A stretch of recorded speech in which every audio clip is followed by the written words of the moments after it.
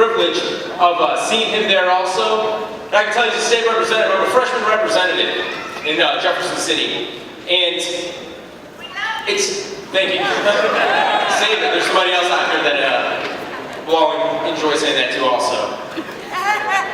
In Jefferson City, sometimes you see the way people operate in the legislature, and everybody, I think, a lot of times people have good intentions. They want to do the right thing, but far too often, instead of reaching for the principles of liberty to solve the ills of society, people are reaching for the answers that authoritarian philosophies and governments have to offer. And sometimes it comes in at the ends of both parties. And what happens is we get taxed more, government grows, we lose our freedom, we lose our liberty. But America is the first country in the history of the world where people not only volunteered, but people took up arms in order to protect and preserve the liberty of not just themselves, but their fellow man. That's what makes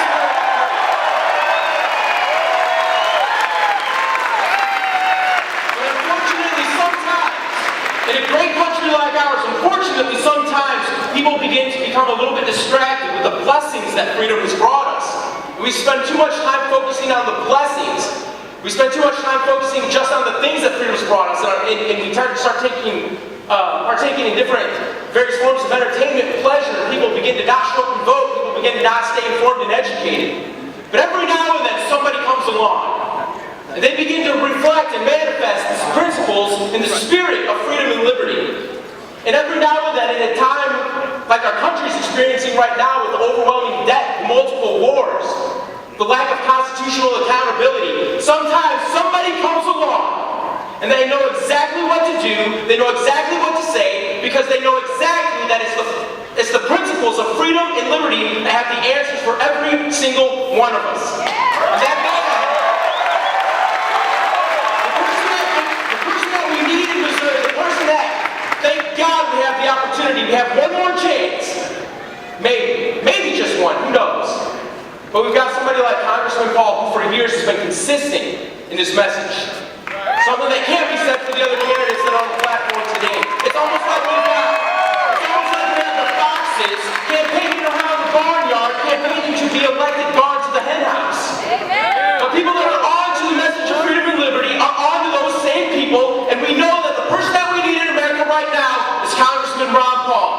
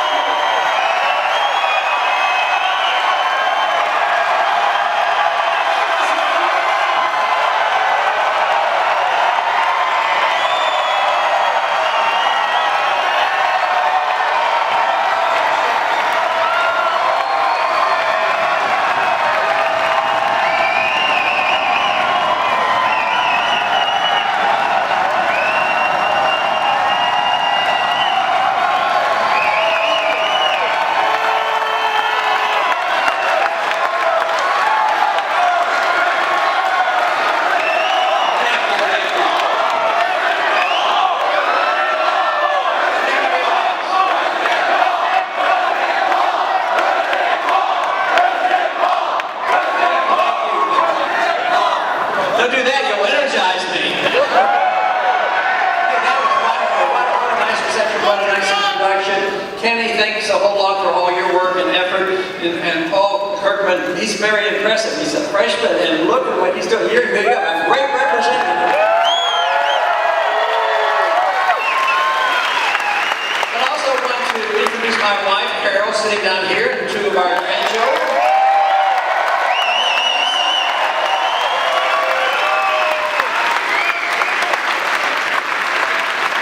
This is wonderful. This is very impressive. Just think how nice it is outside and you're indoors. That's always been my toughest thing when the sun shines. I want to be outside riding a bike or something like that. But I'm indoors and you're indoors, but we're going to talk about something very serious, and that is the future of our country and what we can do about it. You know, there's been a lot of talk. The campaign's been going on quite a bit, and I think there's a caucus coming up on the 17th. Yeah! Be there. John.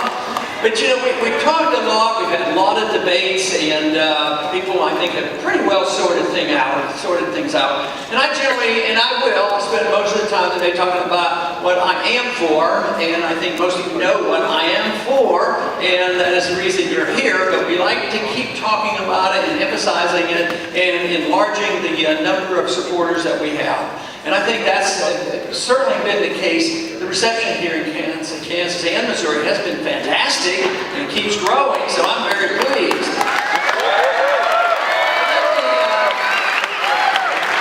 Let me tell you what I am not representing. I am not the Goldman Sachs candidate.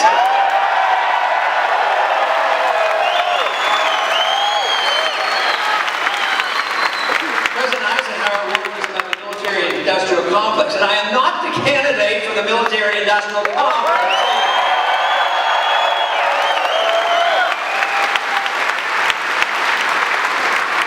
And I am not the first choice of Ben Bernanke or the Federal Reserve System.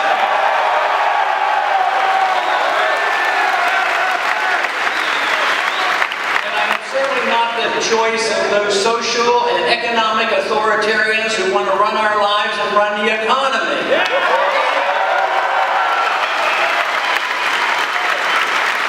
Very simply, I would like to be thought of as the candidate that is promoting the cause of liberty, and it's liberty that we need in this country, and that can be restored if we send only individuals to Washington who have actually read the Constitution, under the Constitution, and obey the Constitution.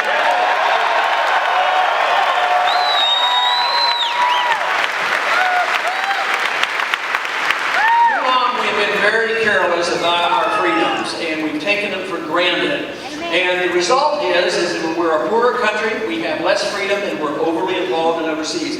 Many, many great nations have done this in the past. It seems like it's almost habitual, and therefore we have to point out exactly where our problems are, why we are a poorer nation, why we have less freedom, why we are greatly in debt, why we continue to spend the money. Because one sure thing is there's no way that we can dump all this debt and all these problems on the next generation, because it's unfair, it's unsustainable, they can't pay the debt, and we have to take it upon ourselves to change the course of our history in this country.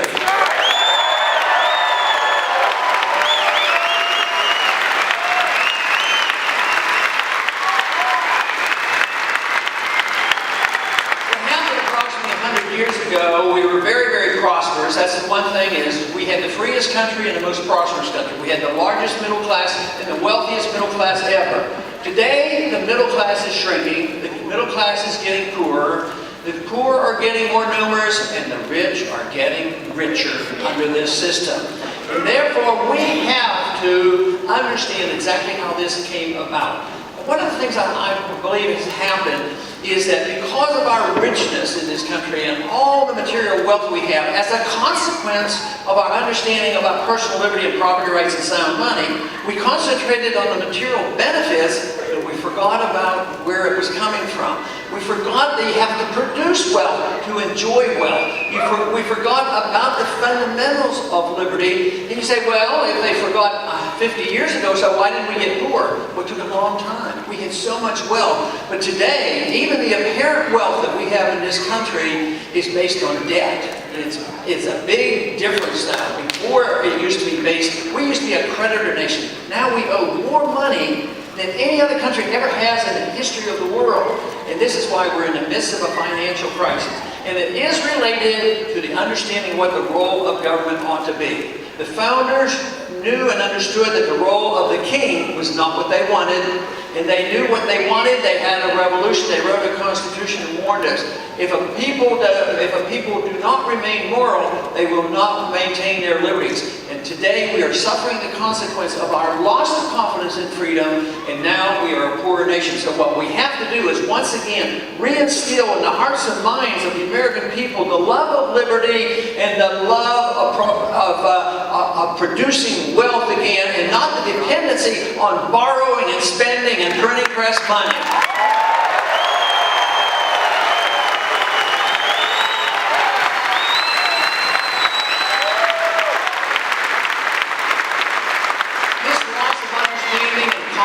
has led us into a financial crisis. Today, our deficit's running, last month, February, our national debt went up $200 billion in 1 month. Broke all records, and that was a short month, too.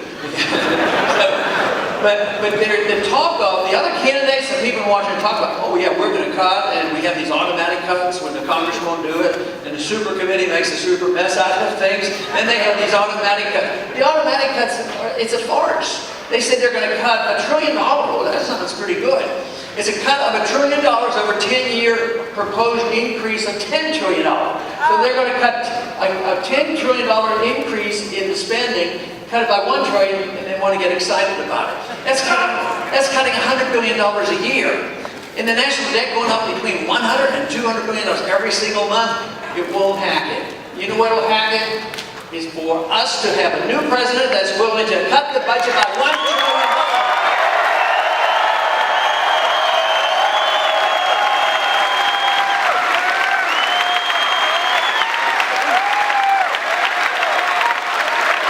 If I am to be your president, cut 40,000 laws off the books and reduce them.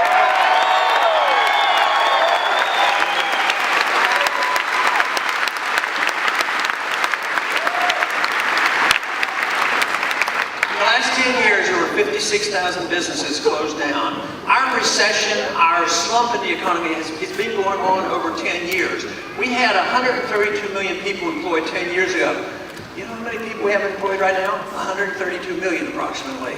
We have 30 million new people in the country, so you know why people are hurting. So when you hear the government statistics, be suspect. They tell you unemployment's not all that bad, it's 8%, which is pretty bad. But you know, the truth is, if you measure it the way we used to, and by the free market economic system, we have it closer to a 20% unemployment rate. That is why we're hurting. But then we get the chairman of the Federal Reserve Board get out and say, well, we do have inflation, we plan to have inflation, we want some inflation, but we're going to keep it at 2%. I'll tell you what, your inflation rate, the destruction of your currency, the cost of living is going up much faster than 2%. I just came in, I saw how much gasoline costs around here. It's pretty expensive. And the whole thing is if you live on Wall Street and you're making millions, if not billions of dollars, what do you care whether your gasoline's $3, $4, $5, or $6? It's irrelevant on Social Security. Your cost of living is going up a lot faster than 2%.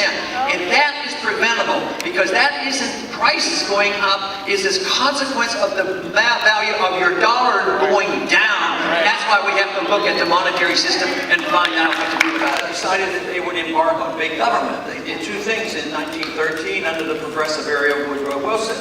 They gave us, the Federal Reserve System, and that of course violated the Constitution because they had a major debate of the monetary issue, and they said there will be no authority for a central bank, there will be no authority to print money, and there will only be one legal tender, and that would be gold and silver. So the Federal Reserve System is totally unconstitutional, but it did usher in this age of big spending. It's a dead wall, and that is where we are today. We're 5 years into this recession. But actually, the standard of living has been going down a lot longer. These last 10 years have not been good. We are not producing jobs.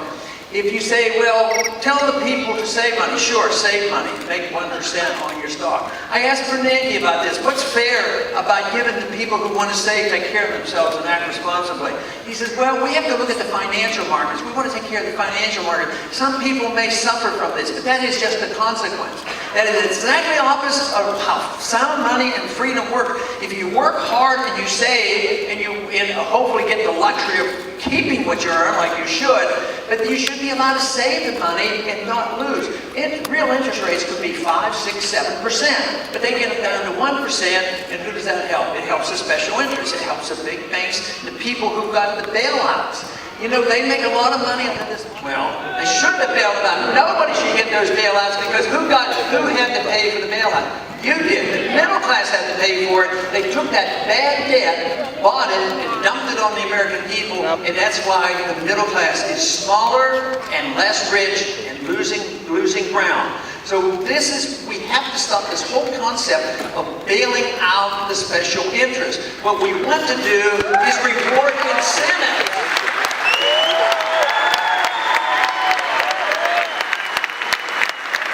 The Dow Jones is close to 13,000 now. To just break even, the Dow Jones would have to be 14,500.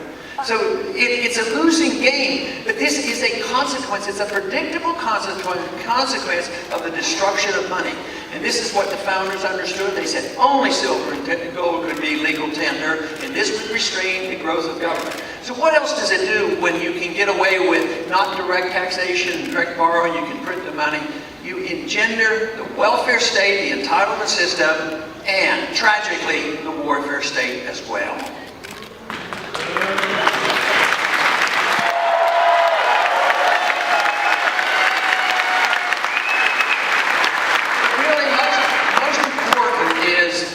Governments, in many ways, reflect the attitude of the people. If the people want the entitlement system, we'll end up with entitlements. We rewarded those members of Congress and politicians for years. Go up there, spend money, borrow the money, tide ourselves over, worry about it on another day. I used to say, we can't do this, we're going to dump the debt on the next generation. But I don't say that anymore. We are the next generation. We are facing the consequences now. That's why we have to do something about it now.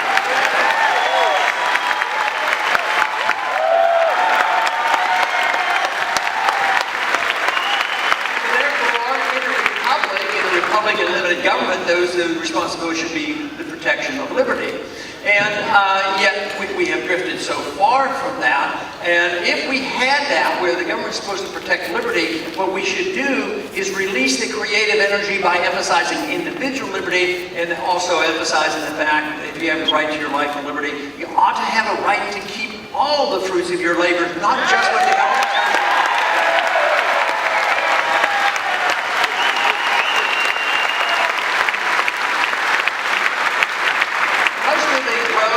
Support for the entitlement system was probably well-meaning. Well, you know, these people need help, so we have to invent this entitlement system to redistribute wealth.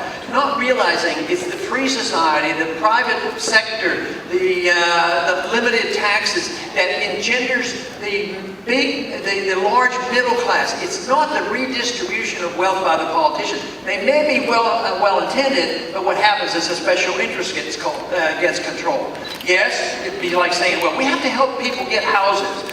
But can you give everybody a house by making sure that they don't qualify and make people make bad loans and depend on the increase in the number of the value of their house going up? Well, that was intended to help poor people. But who made the money during the housing bubble? The very wealthy, the Fannie Mae's and the Freddie Macs and the banks, the people who speculated in derivatives. When they got into trouble, of course, the middle class lost their jobs and they lost their houses. So the entitlement system doesn't work. You can't say, well, the government can take care of the poor and all. It comes from the government. The government should pay for the medical care and food and housing and education and everything. But the government has nothing. The government never created a thing. They don't have productive jobs. They're destructive and they take money from the productive class and they spend it.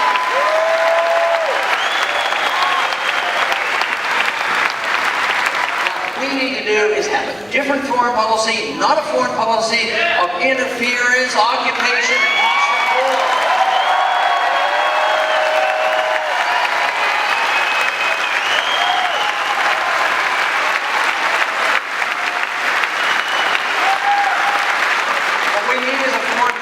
Designed to promote peace and prosperity and trade. What we need to do is end the wars and bring our troops home and say,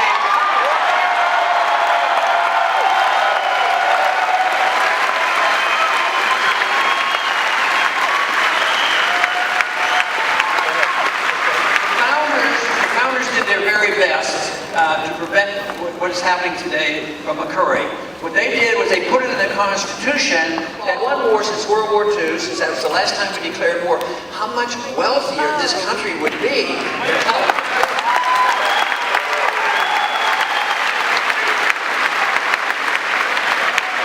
What if we could have just prevented the last 10 years of wars being fought and nobody knows exactly the reason? And certainly the reasons that we went into these places did not exist. If we did that, if we had just done it for the last 10 years, we would have been $4 trillion richer and we wouldn't be paying interest on that debt, because that is the amount of debt that we have accumulated over the past 10 years because of the wars in the Middle East. So I say, end the wars and bring our troops home from around the world.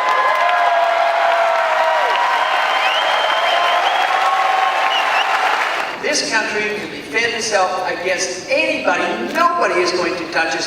Nobody's going to invade us. And yet we have more weapons than everybody else put together. We have spent more money every year than everybody else.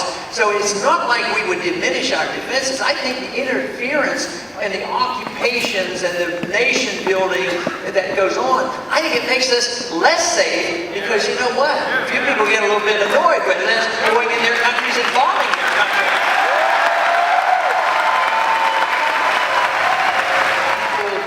Come together, have parties come together, fight the wars, win them, and get home and quit fighting.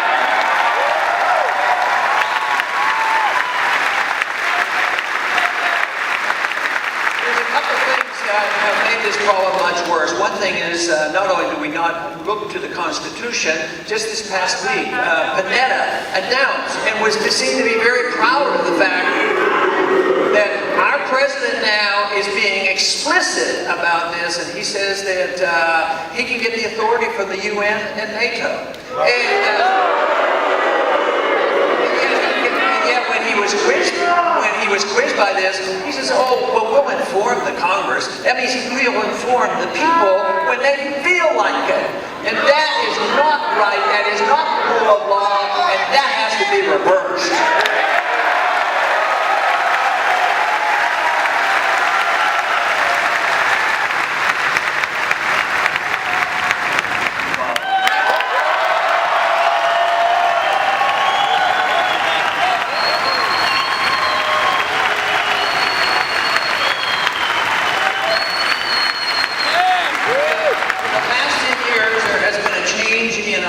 About war, even more so even over the last 50 years. In the past 10 years, it has been declared that we should go to war as a preemptive thing, preemptive war. You know what that really means? That means aggression. That means you're going into a country and bombing and attacking and occupying because someday they might do harm to us. Well, that is not the way it should be at all. Preemptive war, preventive war, that is not part of what our traditions are. So we have to change that whole attitude. Defense is one thing, but preemption is not a proper defensive policy at all.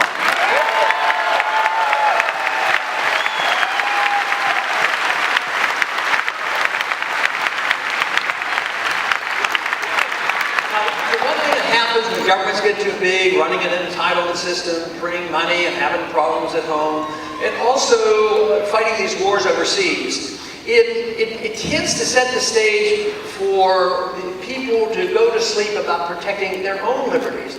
You know, like I said about our military, very, very powerful. Nobody lies awake at night worrying about who's going to invade us, you know, who's going to put tanks on our borders, and who's going to lob bombs into our country.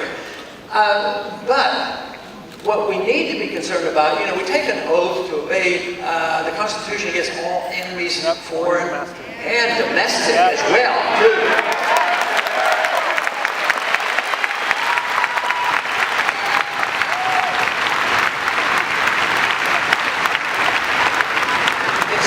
It's not foreign entities that are taking away our Fourth Amendment rights and taking away our privacy. The foreigners aren't making us pass the Patriot Act. We're doing it to ourselves. So I would say that when the Republic returns, when you know we're making progress, we will repeal the Patriot Act.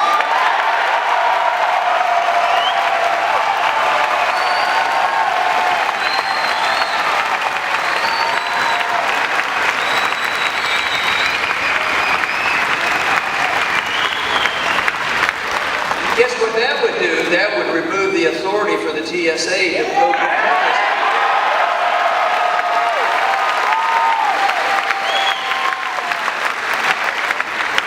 The president has announced a year ago and announced again this week but that he has the authority to assassinate American citizens. You have to think about this. So where does he get the authority? And he was asked about this. He said, well, it's part of the Constitution. And his understanding, his explanation about the Constitution is that anything that is not prohibited, he's allowed to do. But you know, he has it sort of upside down. He is only allowed to do the things that he is explicitly authorized to do. The rest is not allowed.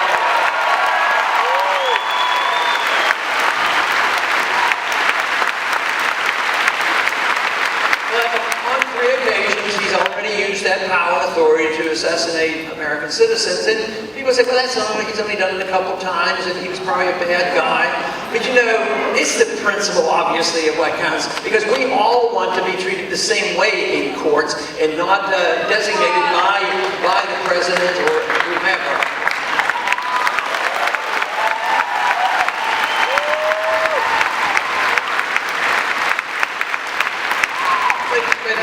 Locke was assassinated, and he was associated with the wrong people, but he was never charged with anything. He was never given a trial, he didn't even have an attorney, but he was being a guide, and they were going to do it, and they killed him.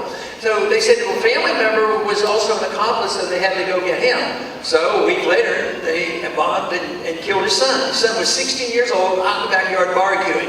Now that is not American justice. That's America barbecuing on something that is very, very dangerous. What this does, it repeals posse comitatus, and it says explicitly that now the U.S. military, the Army, can arrest any American citizen, put in a prison,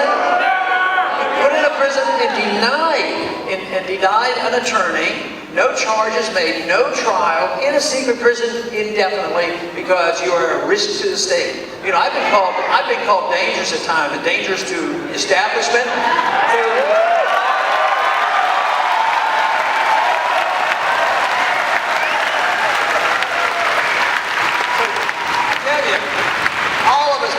Fighter, we are in a big trouble, you know, we have to win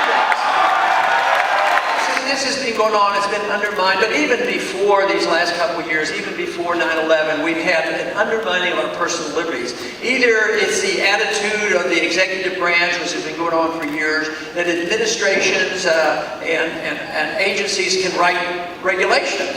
Where'd they get the right to write laws? Those are laws. They shouldn't even have this. And under administrative law, you're guilty until you prove yourself innocent, as well as, you know, with the IRS code. So this has been going on, you know, for a long, long time. And what we need to do is make sure that we have our representatives, our president, live within the law. The president can't write law. Why does he think that he can write laws? The other day, a couple weeks ago, he said, well, the Congress is acting too slowly, and I want this law on environmentalism. And he says, I'll just write an executive order. He's not allowed to do that. So the executive order has been grossly abused. But one thing is, a constitutional president could, when elected, look at all the laws that were passed by executive order and repeal executive law. This is always an excuse to be able to bust into houses, no search warrants, made worse with the Patriot Act. And it boils down to, you know, what should the role of government be? Should the role of government be an instrument to protect us against ourselves and our own bad habits? That is what they have assumed. They so far, well, there are some more authoritarians that would like to get involved in some of the moral issues, but basically it says that the government is going to control us and tell us what we do economically and personally. Generally speaking, they don't, you know, mess around with our religious and spiritual freedoms and our intellectual pursuits.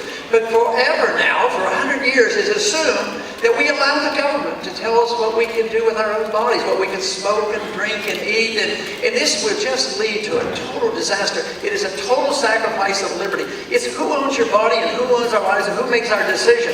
And let me tell you, there's one thing. I've met a lot of politicians, I've met a lot of bureaucrats in Washington. They are not smart enough to know what is best for you.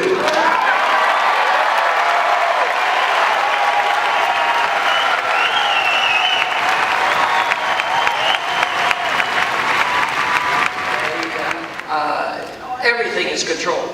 I find it rather amazing that we have been so complacent that they took it upon themselves in Washington for political and economic and special interest reasons to deny us a choice on how we can buy our own electric bulbs, electric light bulbs. I mean, why is it that we have, you know, given up this? But what I sense in this country is a lot of people who are sick and tired of it, and they want to change that.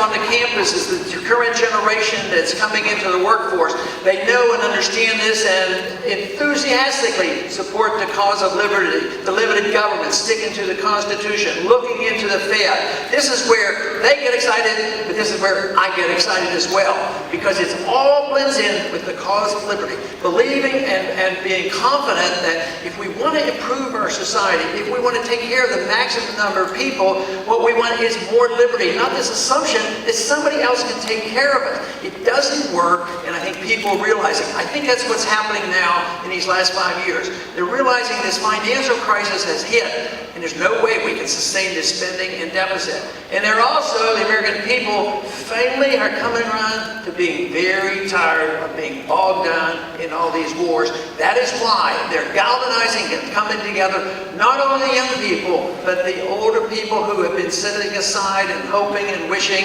and frustrated. And now the people are coming together and saying it's time that we reasserted ourselves, get our confidence back, understand how markets work, why we need sound money, why we need a sensible foreign policy. And the convincing evidence is that if we are humanitarians, and I believe basically everybody has a humanitarian instinct, even those who do us harm are motivated that way. But very often, if you argue the case for free markets and sound money, they think you're going back to the Dark Ages and you don't really care about people. We hear those arguments all the time. But the people who advocate big government, they're the ones who are going backwards. Big government and tyranny and dictators and kings and pharaohs, they've been around thousands of years.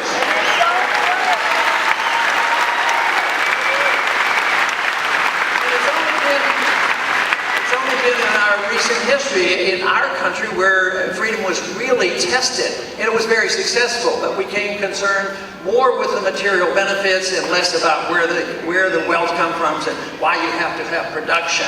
And now the wealth is consumed and we have to reassert ourselves. If we want to be humanitarians and take care of the maximum number of people, what we have to do is renew our understanding and belief and faith in a free market system, individual liberties. This can be restored. I don't think it would take that long, but we cannot do it to continue to do the same things that got us into trouble. You can't solve the problem of debt by spending more money. You can't solve the problem of inflation by printing more money. It won't work.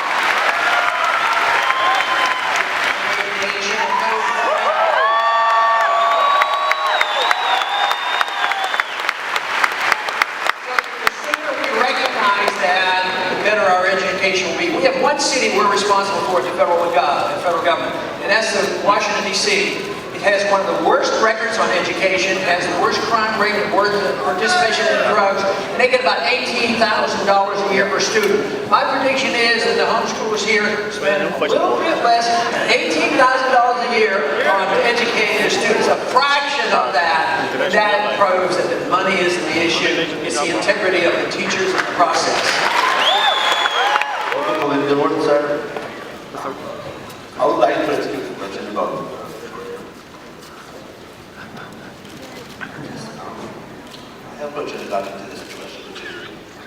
I have a question regarding the situation, which is the Caucasus region. I would like to know what would be your steps in order to ensure safety and peace in the special region.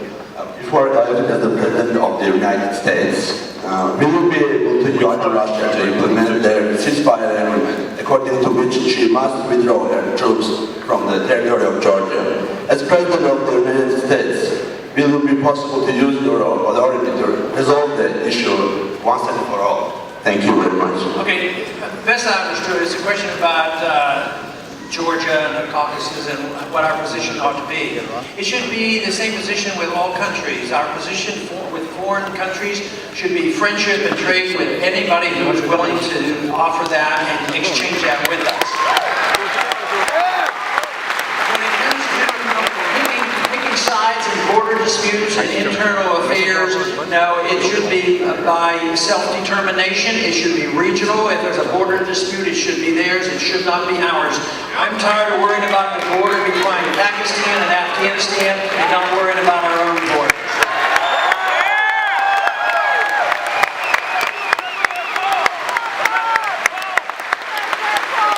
Just another 1 minute.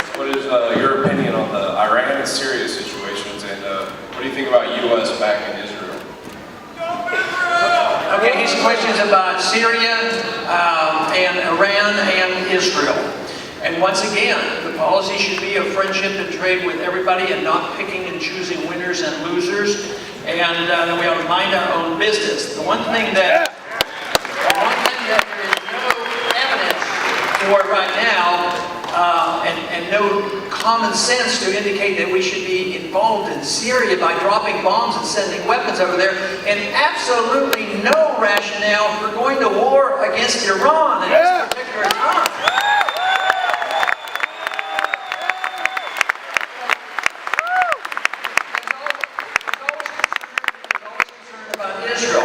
And they're trying to stir up that there's a great deal of danger over there to Israel. Well, Israel has 300 nuclear weapons. Iran has none. I mean, what's the reason to lose sleep over that? That's not going to happen. The Iranians don't even have an air force or a navy. They're not able to, even if they wanted to attack anybody, and they're not going to. Their history doesn't show that. So Israel is worse off for our intervention. Yes, we propped up a country like Egypt for a long time, gave them a lot of money, and Mubarak, what happened? They finally resented his dictatorship. He was our guy, he was our dictator, so the people will throw him out. Guess what? The Al-Qaeda's in there now, and they're disrupting the spy lines to Israel, so this stuff backfires. I think Israel should have their independence and their sovereignty. We shouldn't tell them what to do on their defense of their borders.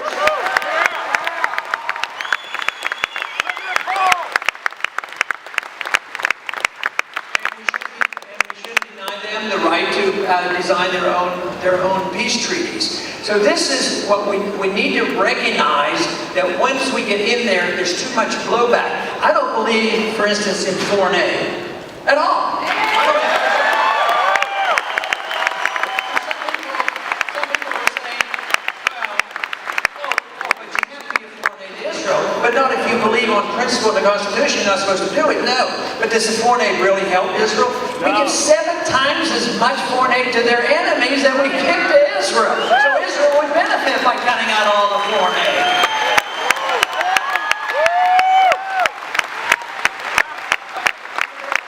One more question, everybody. I'm sorry, we've got a selected question over here.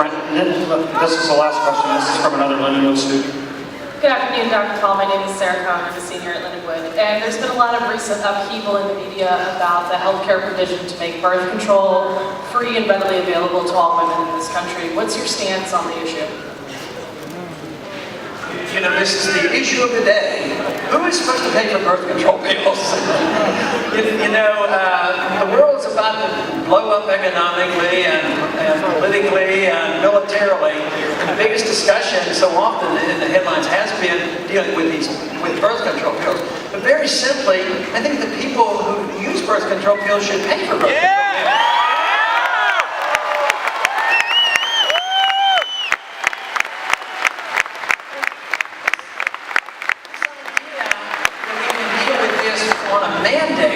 This is part of what's coming out of the Obamacare. Well, what you need is a right or demand, okay, you pay for this, this, and this. That's not insurance any longer. That's a mandate. It becomes an entitlement if you can force an insurance company to pay for certain things. And in the old days, you could buy a medical policy that would protect you, for certain things and not other things. So it should be done voluntarily. It shouldn't be done by dictates. And this is what we've been living with. All these mandates. That's what government is essentially all about. Mandates. And the fight in Washington right now is who gets the right to mandates. But my position is we need to quit writing the mandates and let the people make their own